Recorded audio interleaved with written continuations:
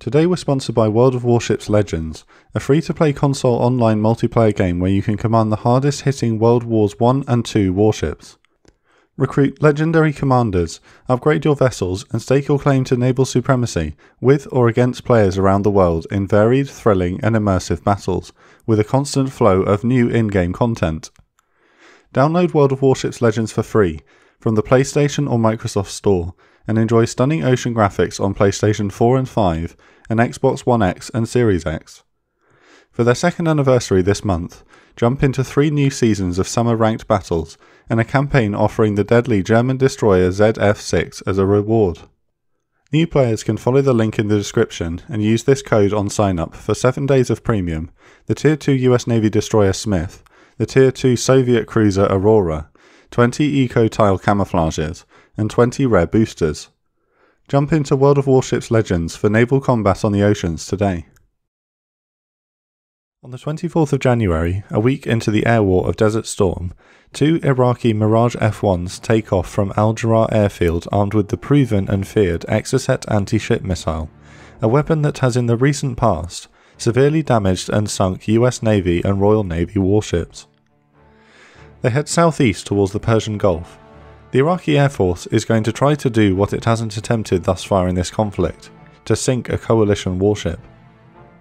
In November 1990, 2 months prior to this moment and during Desert Shield, the build-up of forces in Saudi Arabia prior to Desert Storm commencing, the US launches Operation Imminent Thunder, a dress rehearsal massed amphibious assault involving 20 vessels and 18,000 sailors and marines on Ras Al Ghar in Saudi Arabia.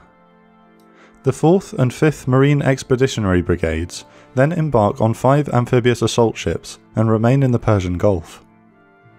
Desert Storm begins on the 17th of January 1991 with the 5-week air campaign against Saddam's military. The coalition's naval forces conduct cruise missile strikes, anti-ship operations against the Iraqi Navy, anti-mine operations, and naval bombardments against Iraqi positions on the Kuwaiti coast.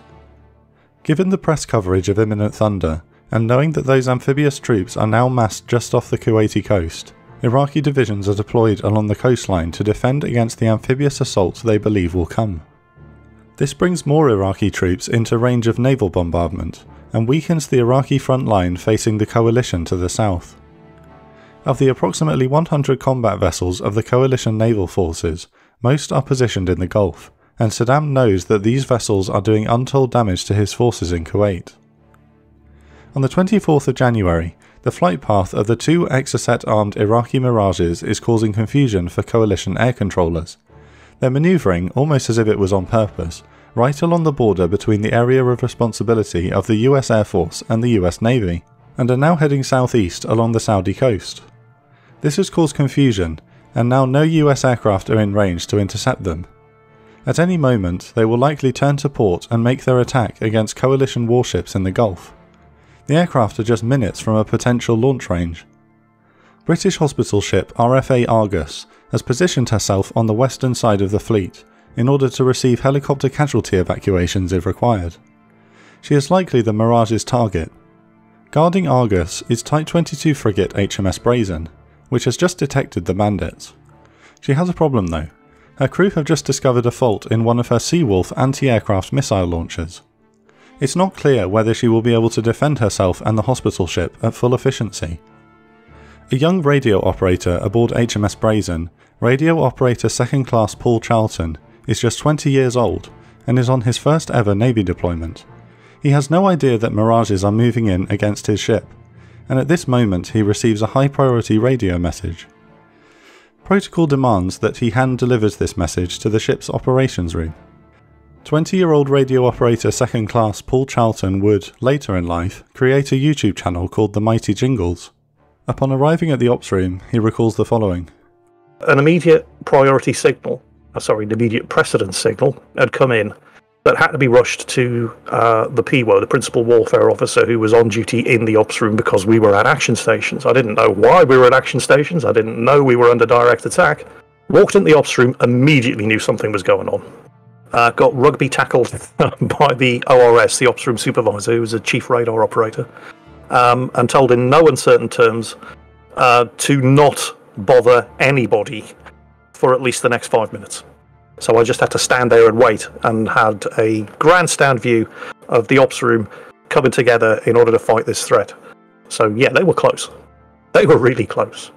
The thing is, the procedure because they were going for the Argus, the hospital ship, we were just in the way. Our response would have been to put ourselves in the way. Intercept the missiles with Seawolf if we could, and if not, launch decoys and hope they went for the decoys, because if they didn't go for the decoys, we were going to have to take the hit.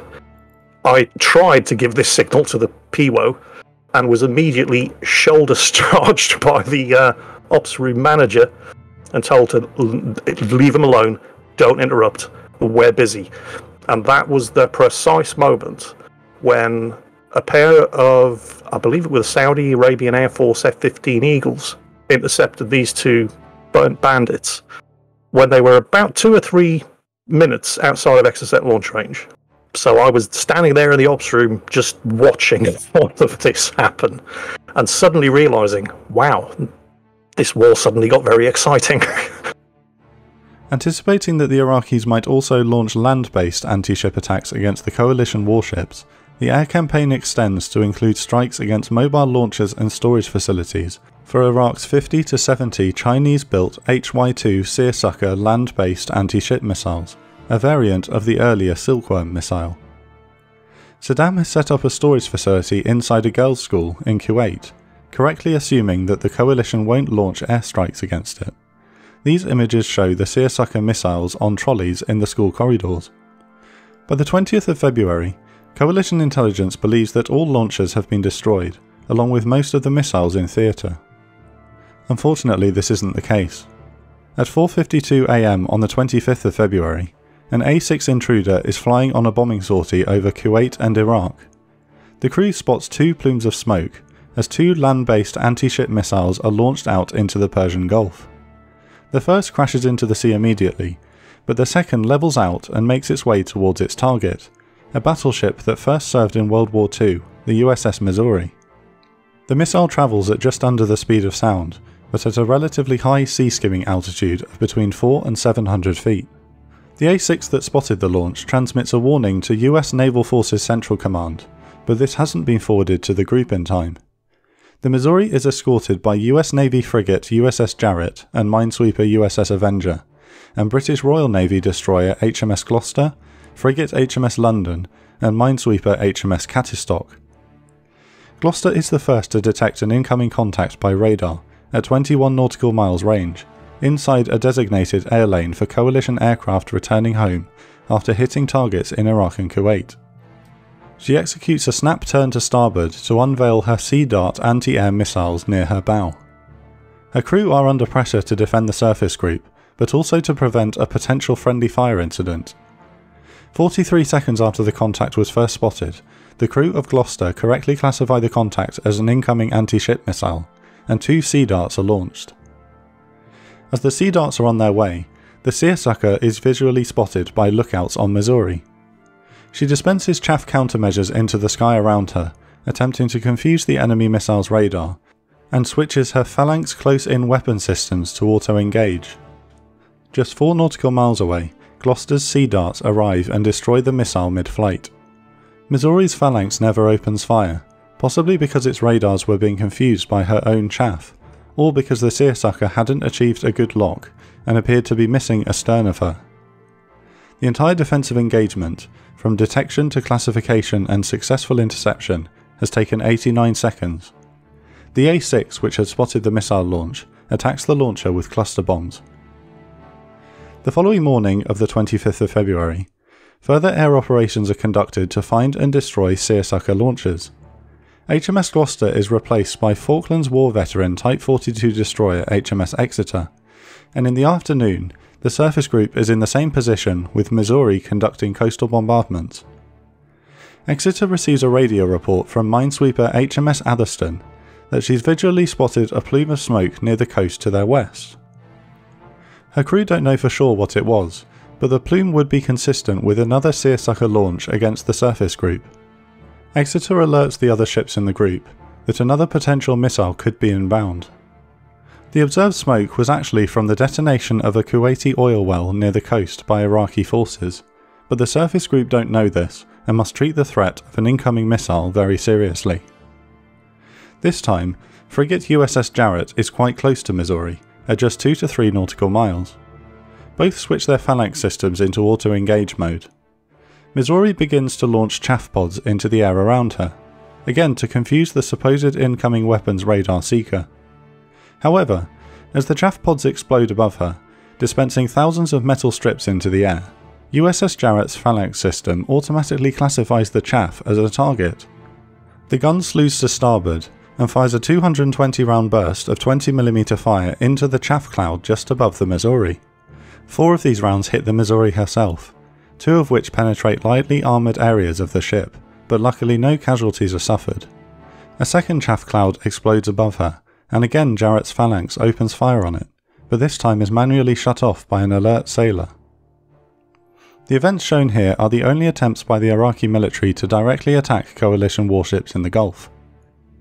The more continuous threat was posed by Iraqi naval mines, an obstacle that would have made an amphibious assault on the Kuwaiti coast perilous.